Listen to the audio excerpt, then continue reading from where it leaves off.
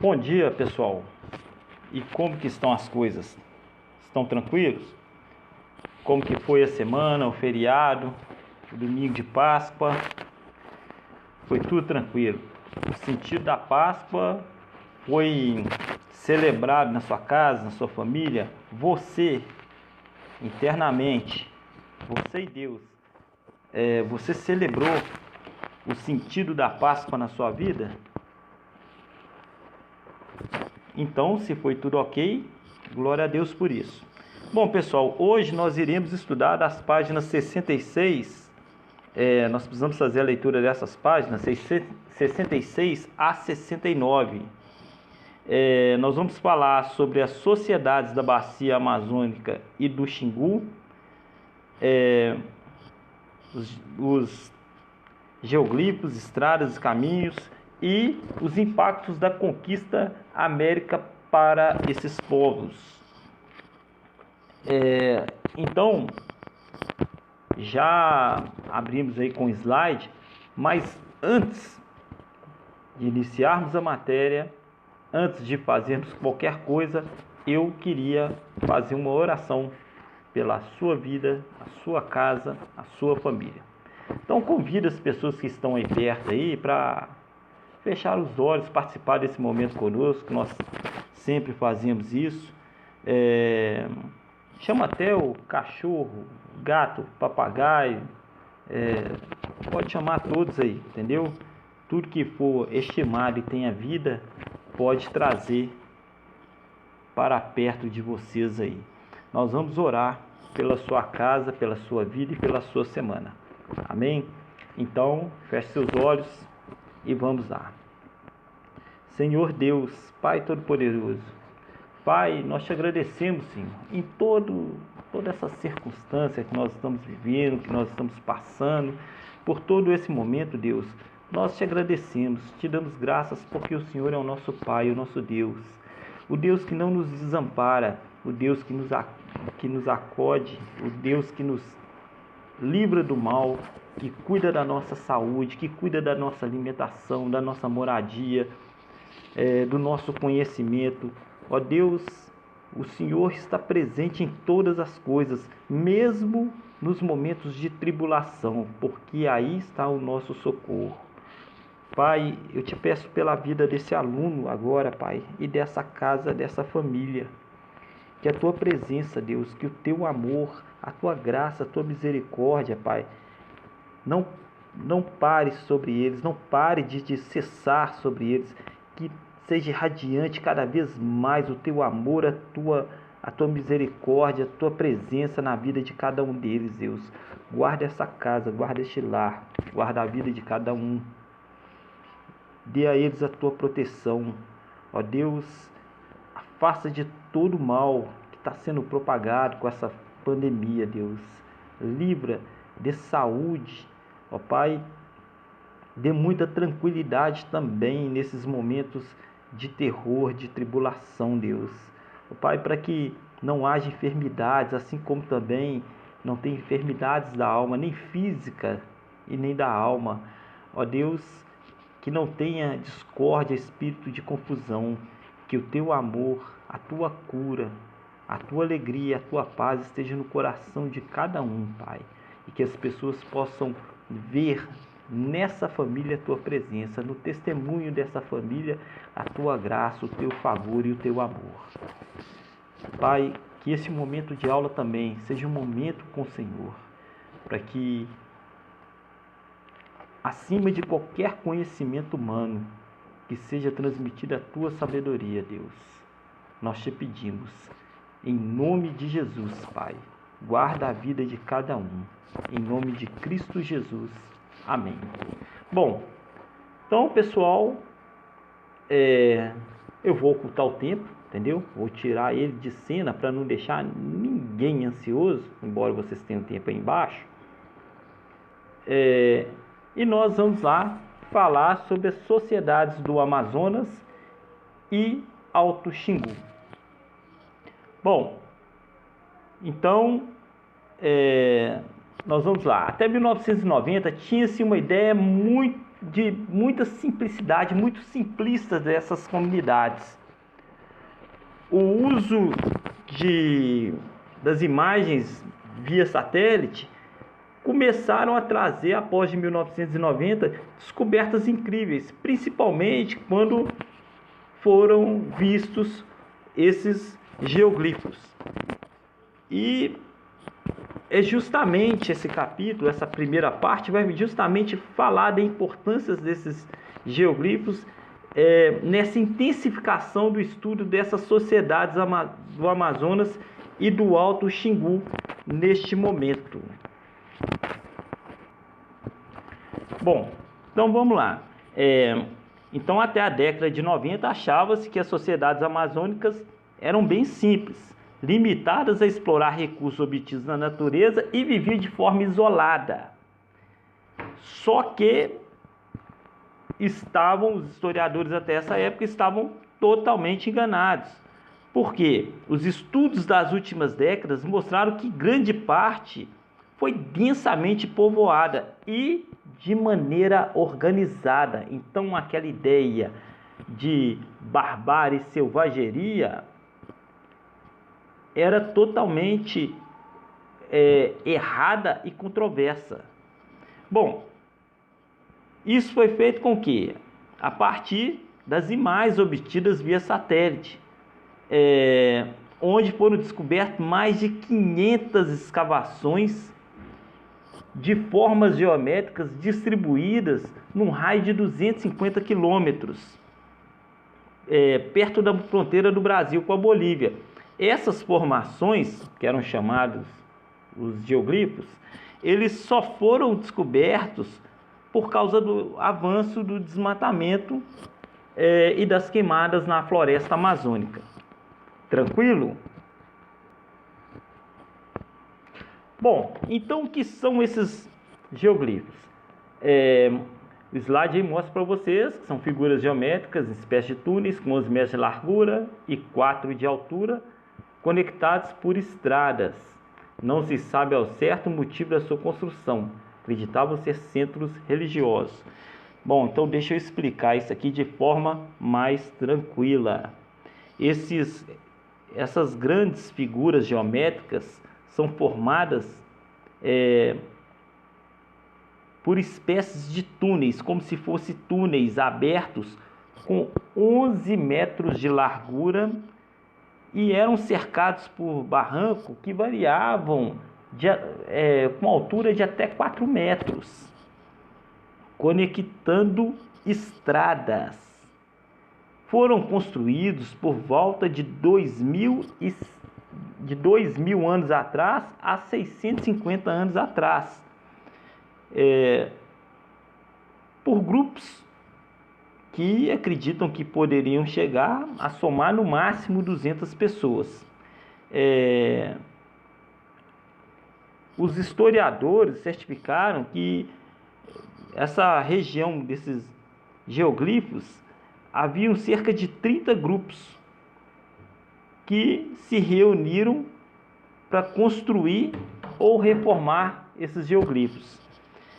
Igual a gente já disse, não se sabe ao certo para que foi construído. O mais provável era que eles funcionassem como centros de cerimônias religiosas. Então, o que nós temos sobre a formação desses geoglifos são somente teorias. Ninguém sabe ao certo o objetivo dessa construção. A única coisa que nós temos certo é que eles eram extremamente importantes para as sociedades que viviam na região, visto que a perfeição e o trabalho que dava para construir era muito complexo. Então, somente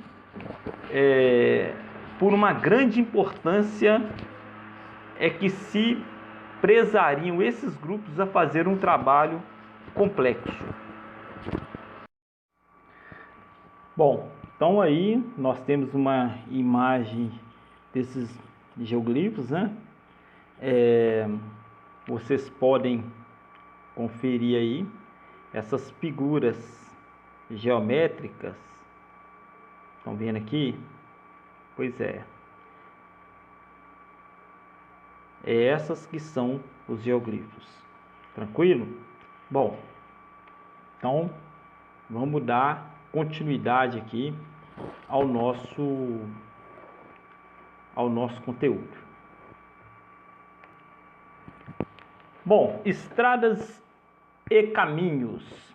Estudos revelam que as aldeias eram interligadas por estradas e caminhos. Haviam centros urbanos que tinham praticamente as mesmas distâncias entre eles. Cada centro urbano tinha cerca de 1.000 habitantes. Na verdade, os estudos eles revelam que no Alto Xingu havia conjuntos de aldeias interligadas por grandes estradas alinhadas entre si. Cada povoado tinha um centro principal, que era rodeado por outras aldeias, cujas distâncias desse centro eram semelhantes. Então, cai por terra a ideia que eles tinham, que até 1990, que existia uma forma de habitação na região de forma desordenada e desorganizada. Então eram bem alinhadas. Então tinha uma preocupação com a densidade demográfica de certas localidades. E isso limitava para que elas não fossem distantes e não fossem também bastante densas, povoadas. Essa distribuição espacial demonstra a ordenação desses povoados, que tinham conhecimento de cartografia, astronomia, matemática e engenharia. Isso aí já é comprovado o conhecimento deles nessas áreas do conhecimento. Em cada um desses locais teriam morado 1.000 habitantes, mais ou menos. Estima-se que na região poderia ter havido no mínimo uns 15 agrupamentos como esses, ocupando uma vasta área. Aí a gente observa a ocupação do Xingu, da região do rio Xingu. Povos ocuparam a região do Xingu por volta de 1.500 anos. Realizaram queimadas controladas a fim de nutrir o solo onde era infértil.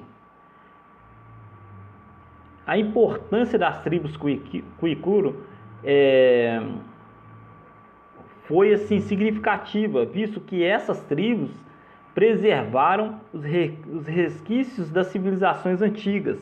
Eles deram importância a esses fragmentos dos seus antepassados e por isso existiu uma preocupação em preservar a história e a memória dos antepassados, muito diferente de quem acha de que o índio, o nativo, ele provém de uma subcultura, entendeu? Onde não há preocupação com a preservação da memória e da história.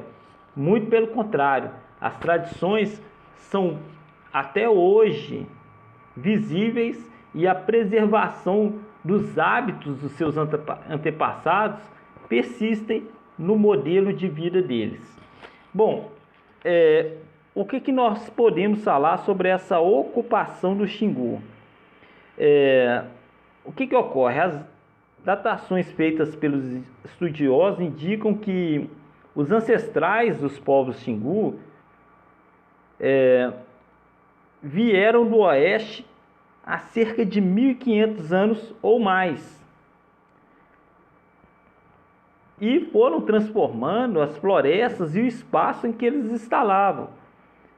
Bom, na região mais alta da Amazônia,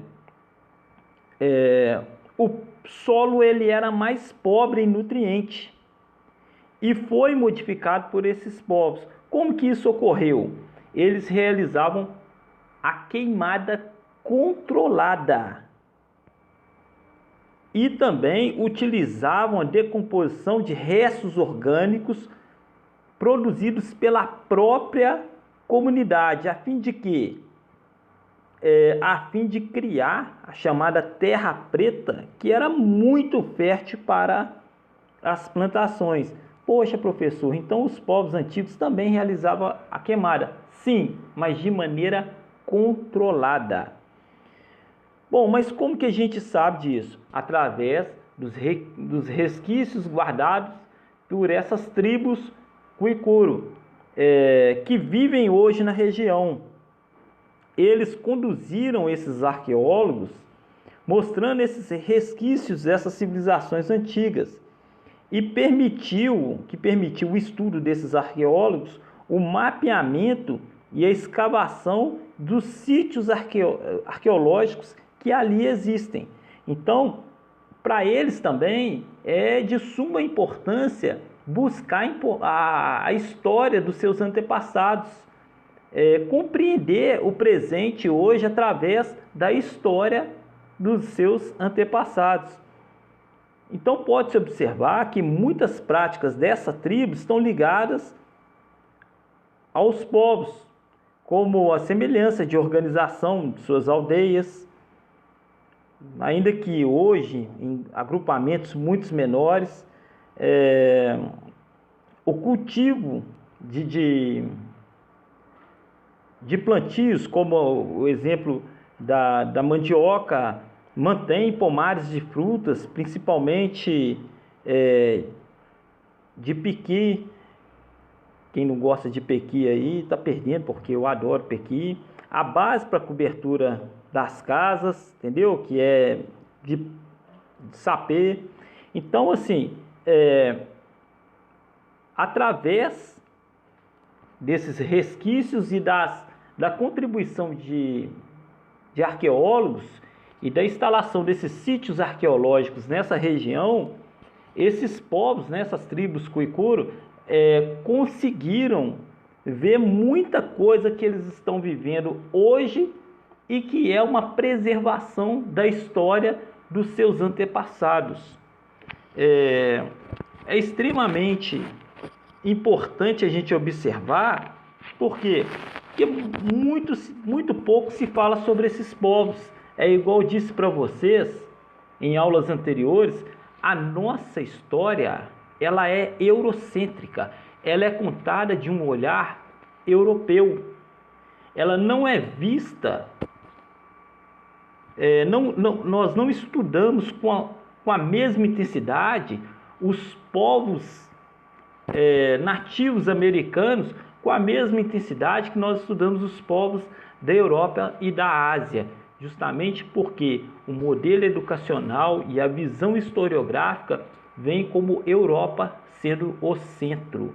A partir de 30 anos para cá, entendeu? 30, 40 anos para cá, é que começaram a dar ênfase à história dessas populações que viviam no Brasil antes da chegada dos europeus. Tranquilo? Bom, e aí, falando neles, nós vamos falar sobre a questão da conquista europeia. E nós temos como destaque aí os saques de riquezas, dizimação dos povos e suas culturas. Antes, a terra era um bem coletivo, tendo a posse muitas vezes sendo garantida pela guerra. Nós vamos falar também sobre a incompreensão indígena no egoísmo europeu e o intercâmbio cultural. Então vamos lá.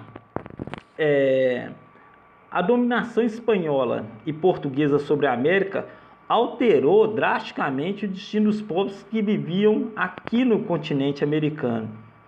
Os europeus, eles chegaram e saquearam as riquezas, mataram os habitantes, destruíram suas culturas e, além de tudo, trouxeram doenças como varíola, sarampo, gripe, peste, que era inexistente na América. E isso também contribuiu para o declínio da população dos povos nativos que existiam. Por quê? Porque eles não tinham anticorpos contra essas doenças. Então, uma simples gripe espalhava e matava uma tribo inteira. Bom, antes da chegada desses europeus, a terra era um bem coletivo. Não tinha essa questão de uma pessoa ser dona de uma quantidade absurda de terra. Era um bem coletivo. Nada contra quem tem terra e tem propriedade extensa e tudo, entendeu? Mas não era um modelo comum aqui na América. A América, as tribos que viviam aqui tinham a terra como um bem coletivo. E sua posse muitas vezes era garantida por quê? Pela guerra. Então uma tribo, uma nação, um povoado, guerreava com outro em busca da riqueza fértil que aquela terra tinha, para o bem da tribo, do povo comum, não é? Eles queriam apropriar daquela região, se anexar naquele território por causa da riqueza que aquela terra tinha na questão da produção de alimentos. Bom, então, igual disse, né, a terra para eles não estavam preocupados assim com a extensão territorial. Eles estavam preocupados em tirar da terra o que era preciso para sobreviver. Mas isso mudou com a chegada dos conquistadores europeus, que explorava a natureza com objetivos econômicos. A exploração nativa era para sobreviver, do europeu era questão de mercado, economia. E esses indígenas não compreendiam a razão dos europeus plantar mais do que eles necessitavam, entendeu? Era muito difícil para um nativo ele entender que o europeu tinha aqueles latifúndios, terras intermináveis de, vamos supor, só cana de açúcar. Por quê? Porque ele sempre plantou o básico, o necessário para a sua sobrevivência. Então, acredito que o cara falava assim, pô, só planta cana de açúcar aqui? Nossa Deus, onde que esse cara vai colocar tanta açúcar, tanta cana de açúcar? Então, ele não tinha essa compreensão, ele não conseguia. Por quê? Porque ele não tinha noção mercadológica, ele não tinha noção de mercado, de economia. Isso era uma realidade totalmente diferente para ele. Então, ele não via, o nativo ele não via justificativa para tamanha plantação. Então, ele não conseguia compreender essa questão desse vasto território, esse vasto latifúndio de plantações absurdas. E aí ele começava a pensar o seguinte, ele passou a ser uma pessoa escravizada, né? Então ele pensava o seguinte, não, o cara já plantou aí para ele comer a vida inteira, não precisa ele plantar mais. Então eu vou ficar na minha, que eu já cultivei alimento aí para o camarada e a família dele viver a vida inteira. Então veio essa ideia preconceituosa de que o indígena, o nativo, era preguiçoso.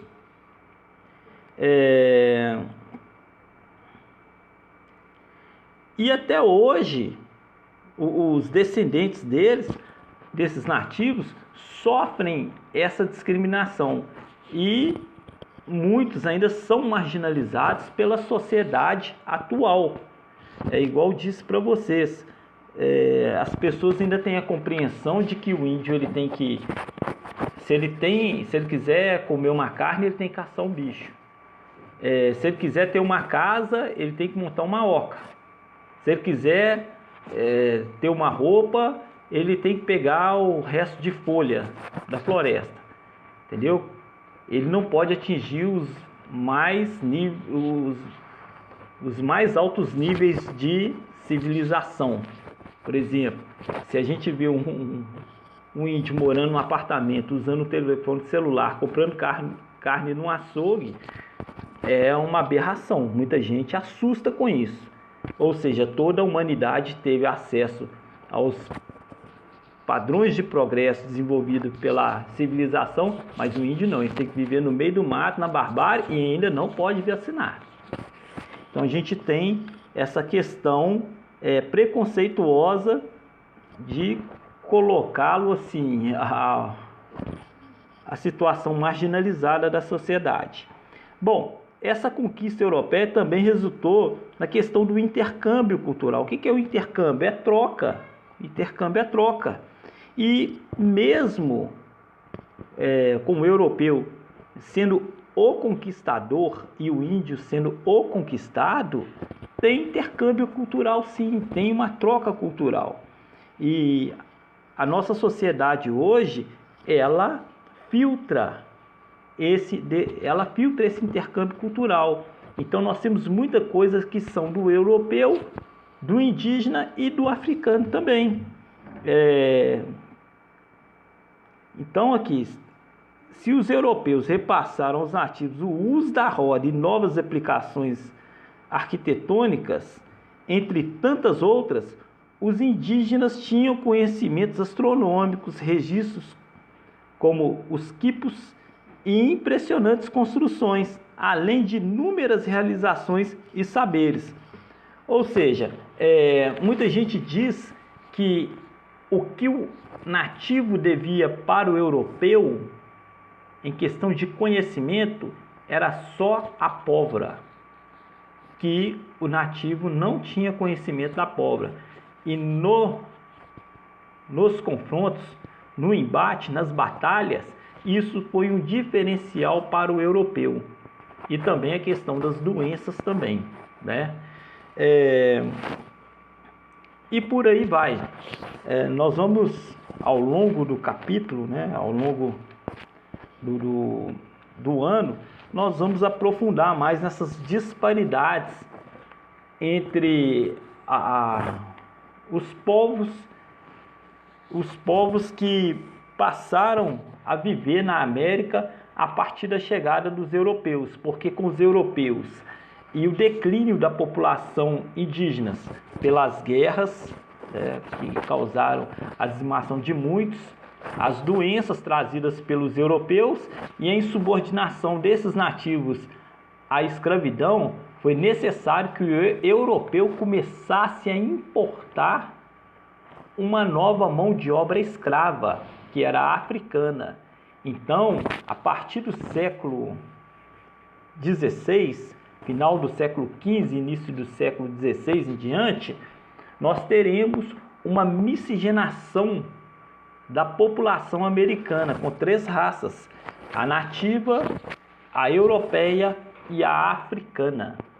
E isso aí vai ter um intercâmbio muito vasto.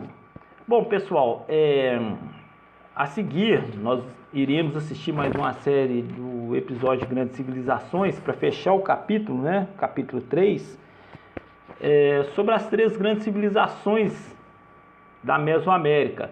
Nós já falamos sobre os maias, falamos sobre os incas e hoje teremos essa série sobre os astecas.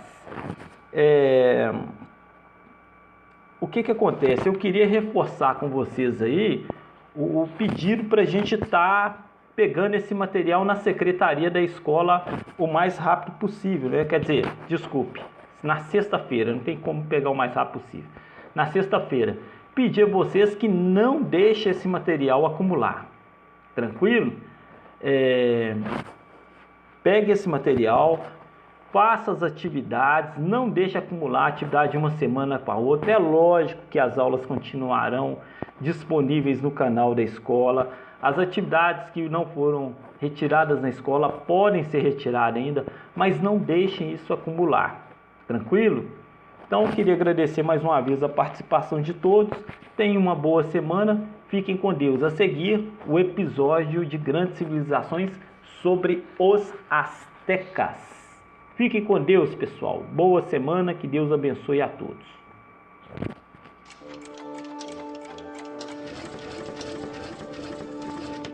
Grandes Civilizações.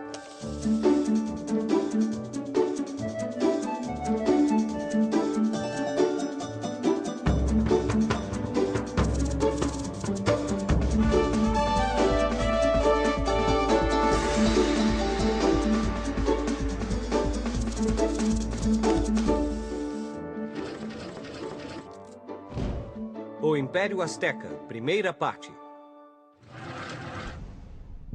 Vamos dar uma olhadinha no nosso planeta. O local onde as Américas do Norte e do Sul se encontram é uma região que hoje é o México e a América Central. É a morada de selvas, montanhas e de florestas tropicais e ainda guarda uma das culturas mais misteriosas e poderosas que conhecemos. Uma poderosa civilização dominou a região inteira há centenas de anos. Esse povo era chamado Azteca. Os astecas tinham um poderoso exército que conquistou os povos vizinhos. E em apenas 2 séculos, tornaram-se os senhores da Mesoamérica. Mas vamos voltar ao começo da história. Há uma época em que civilizações mais antigas viveram nessa parte do mundo, deixando-nos arte e templos magníficos. Primeiro vieram os Olmecas e os Zapotecas, e de uma parte dessas culturas emergiu uma civilização majestosa chamada Teotihuacan. Mas algo começou a acontecer. Essas grandes civilizações, que eram tão poderosas, começaram a desaparecer da região. O que estava acontecendo para fazê-las desaparecer? Talvez todas estivessem sendo raptadas por extraterrestres. Provavelmente não, mas ninguém sabe ao certo por que eles desapareceram. Com a queda da grande Teotihuacan, começou uma era turbulenta e caótica. Vários povos entraram em cena e começaram a lutar entre si pelo poder, até que no século XII, os astecas chegaram pelo norte. Os astecas conseguiram dominar todos os povos vizinhos e logo passaram a governar toda a região. Tenochtitlan.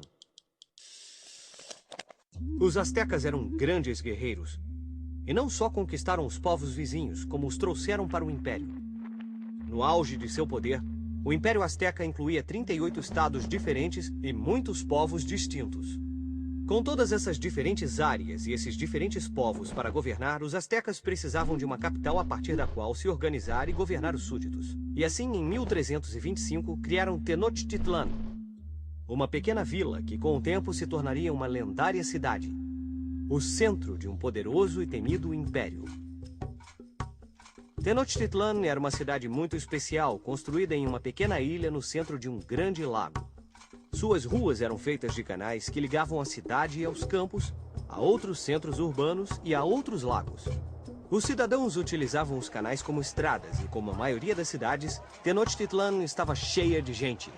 Na verdade, a população chegou a atingir 250 mil habitantes. Ao olharmos atentamente para o horizonte, somos capazes de ver as montanhas que circundavam a cidade. Os astecas reverenciavam as montanhas, com seus picos que chegavam até o céu onde viviam os deuses. Os astecas construíram cerca de 25 templos em forma de pirâmide que imitavam as montanhas. Esses templos foram concebidos para provocar medo e respeito entre a população. As cerimônias que envolviam sacrifícios humanos eram realizadas em altares de pedra no topo das pirâmides. A alimentação asteca. Você gosta de milho, chocolate, amendoim ou tomates? Bem, tente adivinhar de onde vieram. Os astecas! Os povos da Mesoamérica comiam muitos alimentos saudáveis e saborosos, e nós temos de agradecer-lhes por muitas das colheitas abundantes que temos hoje. Por exemplo, eles foram os primeiros povos a cultivar milho. Os astecas usavam milho em muitos pratos diferentes, inclusive para fazer algo como as tortilhas que os mexicanos fazem hoje. Eles também foram os primeiros a descobrir o chocolate. Também tinham feijão, abóbora, melão, pimentas vermelhas e verdes e abacates. Devemos todos esses alimentos aos antigos habitantes da Mesoamérica, como os astecas. Mas uma das coisas que os astecas tinham de mais estranho era o gosto por insetos e até por cães. Na verdade, os astecas ainda comiam vermes como eu. E não esqueça de meus parentes como gafanhotos, formigas e larvas, que eram também uma parte importantíssima da dieta asteca. Se você pensa que é nojento, eu garanto, nós somos deliciosos. Eu disse deliciosos? Não, mentira. Socorro! Deixa eu sair daqui. Eu não sou delicioso, não. As chinampas. Oh, isso é terrível. Não tenho comida bastante para alimentar o meu filho. Pô, mamãe, ainda tô morrendo de fome. Com o crescimento da população asteca, começou a ficar difícil cultivar alimentos suficientes para todos comerem. O problema era que não havia terra suficiente para as plantações. A escassez de alimentos, que durou muito tempo, assolou os astecas no ano 1265. Foi então que Acatonali, o líder do império, propôs uma ideia muito genial para o Conselho de Anciãos. A ideia foi de colocar estacas no lago e construir ilhas artificiais, criando mais terrenos para o cultivo de lavouras. Essas ilhas artificiais foram chamadas de chinampas e ajudaram a converter grandes áreas pantanosas em terra fértil. Sua estrutura também incluía uma rede de irrigação e, como fertilizante, usavam excremento humano. Essas chinampas funcionaram tão bem que uma família poderia cultivar o dobro da quantidade de alimento de que precisava para si, e a comida extra poderia ser usada para alimentar o império. A vida como guerreiros. Os astecas estavam quase sempre em guerra. Um dos objetivos de entrar em guerra era o de capturar guerreiros de tribos inimigas para sacrifícios humanos. Eles acreditavam que quanto mais feroz o guerreiro capturado, mais satisfeitos os deuses ficariam. Os astecas iam à guerra usando máscaras elaboradas e figurinos que representam os deuses e os animais, o que os fazia parecer criaturas assustadoras quando guerreavam. Os astecas sabiam que o medo era uma ótima maneira de ganhar uma guerra.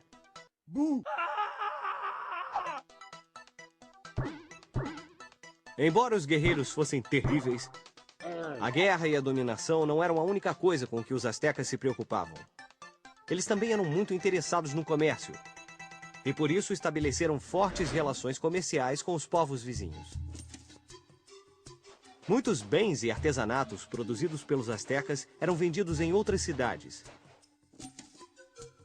Os comerciantes astecas eram muito ocupados viajando, comprando e vendendo mercadorias. Havia também um outro benefício. Os comerciantes, em suas viagens, também podiam ouvir fofocas e descobrir o que estava acontecendo em todo o império. Assim, os comerciantes tinham uma função secreta. Eles agiam como espiões para o governante asteca.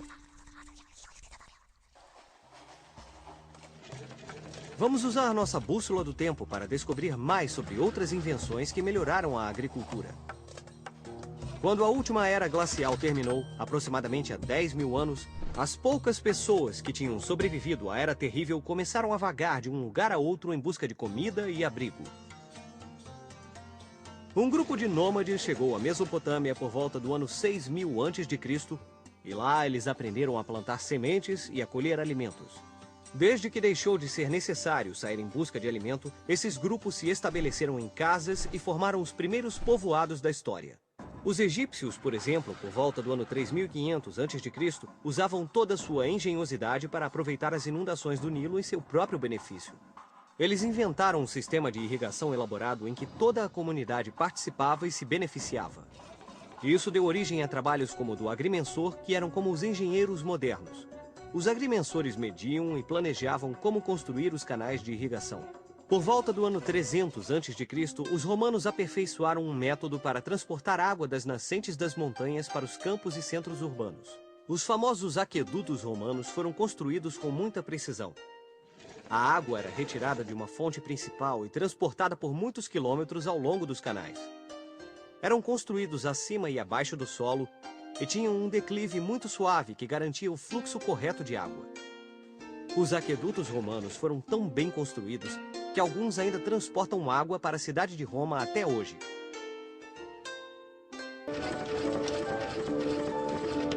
Grandes civilizações.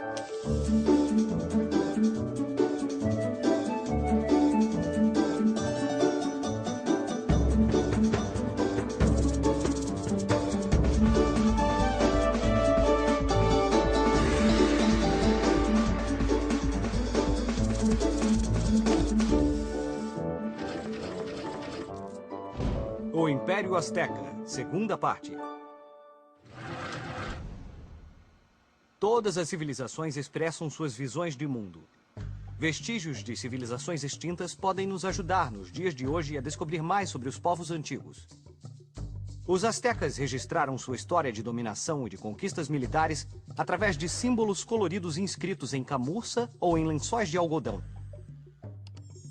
Esses registros, cheios de desenhos coloridos, são documentos históricos nos quais muitos aspectos da vida cotidiana dos astecas foram registrados. Os astecas não desenvolveram um alfabeto. Então, em vez de soletrar palavras, uma representação de um animal ou objeto tinha de ser feita usando uma combinação de desenhos. Por exemplo, eles escreviam o nome de sua capital, Tenochtitlan, usando os símbolos que representavam uma pedra, Tena, na qual brotou um cacto, Noche. A escrita asteca é complicada. Essa pode ter sido uma das principais razões pelas quais os astecas usavam tanto a poesia como meio de comunicação. Na verdade, eles tinham um poema para cada ocasião. Poemas de guerra. Agora o exército vai para a guerra. Poemas sagrados. É para os deuses que estamos lutando. Poemas históricos. Nós já lutamos muitas vezes antes. E poemas de amor. Como sentirei sua falta, meu amor? A poesia estava intimamente ligada à música. Na verdade, poeta e cantor eram a mesma palavra na língua asteca. Será que eu sou um cantor ou um poeta de amor, baby? Baby! Os astecas também eram hábeis em medir o tempo. Eles criaram um calendário que os ajudou a conhecer o melhor momento para plantar sementes e para colher. Eles podiam até mesmo prever importantes mudanças climáticas. O calendário solar dos astecas foi instalado em um altar redondo no centro de um pátio no Templo do Sol. Eles também eram bons em matemática e, curiosamente, contavam com o número 20. O quê? É isso mesmo. O número 20 era a base para todos os cálculos, assim como o número 10 é para nós. Será que na escola eles aprendiam a contar com os dedos dos pés também? A escola era muito importante na cultura asteca. Aos 15 anos, os astecas iam para as escolas públicas que o Estado tinha criado para assegurar que todos tivessem educação. Havia 2 tipos de escola. Uma era chamada Telpotkali, onde aprendia-se sobre armas, artes e comércio. A outra era chamada Kalmekak, onde os jovens eram formados para cumprir funções sacerdotais. Os sacrifícios. Os astecas acreditavam que um dia o mundo iria acabar violentamente e que todas as pessoas morreriam de forma dramática. Por isso, constantemente faziam sacrifícios aos deuses para adiar esse fim trágico. De acordo com suas crenças, o sangue mantinha o sol vivo. Para manter a ordem do mundo e ter boas colheitas, os sacerdotes sacrificavam muitos animais e às vezes até seres humanos. Os sacerdotes queriam oferecer aos deuses o coração das vítimas. Para elas, morrer nessas cerimônias era considerado uma grande honra. O deus absoluto dos astecas era chamado Ometecutli. Ele tinha vários deuses sob o seu comando, que também poderiam ser chamados para ajudar em momentos de necessidade. O mais popular era Quetzalcoatl, a serpente de penas, considerado o grande benfeitor da humanidade. Mas a lenda asteca conta que Quetzalcoatl não se dava bem com o deus Tezcatlipoca, que exigia muitos sacrifícios humanos. Um dia, houve um confronto entre os 2 deuses e Quetzalcoatl foi expulso da cidade sagrada de Tula. Ele desapareceu sobre o horizonte em um navio cheio de serpentes.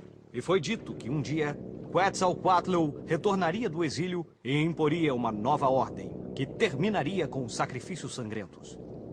Assim, os astecas acreditavam que a única forma de apaziguar os deuses era com o sangue dos sacrifícios, até que Quetzalcoatl voltasse. As Guerras Floridas. Por volta de 1450, os astecas foram atormentados pela fome e por numerosas secas. O líder asteca Montezuma estava muito preocupado e consultou os sacerdotes para encontrar uma solução. Os padres disseram que os deuses também estavam sentindo fome e decidiram compartilhar sua desgraça com os mortais. Havia apenas uma solução para esse problema. Eles precisavam de corações humanos para alimentar os deuses e aplacar sua fome.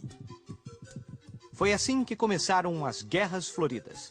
Batalhas cerimoniais em que os melhores guerreiros lutavam uns contra os outros, até que um deles fosse derrotado. Como recompensa pela vitória, o vencedor receberia o Prêmio da Morte. Era uma honra para esses guerreiros ter essa morte gloriosa. Gloriosa, sim, pois seus corações seriam usados para alimentar os deuses, acabando com a fome deles e na esperança de acabar com a fome do povo também. O fim do Império Azteca. Quando o conquistador espanhol Hernán Cortés chegou ao Vale do México em 1519, o rei azteca Montezuma II pensou que aquele homem estranho, vestido com roupas estranhas e montado naqueles animais estranhos chamados cavalos, deveria ser o deus Quetzalcóatl, que retornou do exílio para cumprir a profecia. Os espanhóis foram recebidos como deuses, em vez de inimigos poderosos. Mas Cortés não foi chamado de conquistador por acaso. O objetivo de Cortés sempre foi o de conquistar um mundo novo. E ele fez isso com a ajuda de muitos guerreiros nativos que eram inimigos dos astecas e que foram recrutados durante sua viagem rumo à capital. Um ano após a sua chegada, Cortés derrotou toda a nação asteca. A capital foi destruída e todas as terras e as riquezas agora pertenciam à coroa espanhola. O Império Azteca foi destruído, mas ainda é lembrado até hoje. O povo do México continua a celebrar a rica herança de seus antepassados astecas, orgulhosos e ferozes, e ainda sentem esse orgulho ressoar dentro deles. Vamos usar nossa bússola do tempo para ver o que estava acontecendo nos outros lugares do mundo nessa mesma época. O que estava acontecendo na Europa quando Hernán Cortés conquistava o poderoso Império Azteca? Os turcos, que já haviam conquistado a capital do Império Bizantino, Constantinopla, partiram para os Balcãs, com o objetivo de ampliar seu controle sobre o território europeu.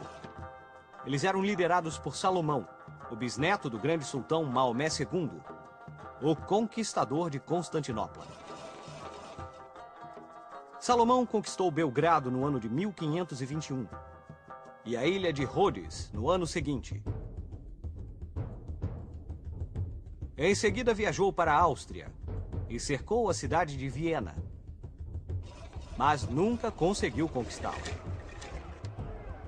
Independente disso, Salomão foi um rei tão bom que ficou conhecido como o Magnífico. O Império Otomano alcançou o seu maior poder com ele, aumentando o número de habitantes para quase 40 milhões. Ah, assim os turcos seriam imbatíveis. Parecia que sim, até que o imperador Carlos V conseguiu detê-los. Carlos reuniu um exército de guerreiros de toda a Europa. Ele salvou Viena do cerco e conquistou a cidade de Tunis, na África do Norte, no verão de 1535. Os contra-ataques ajudaram a conter a expansão turca no continente europeu.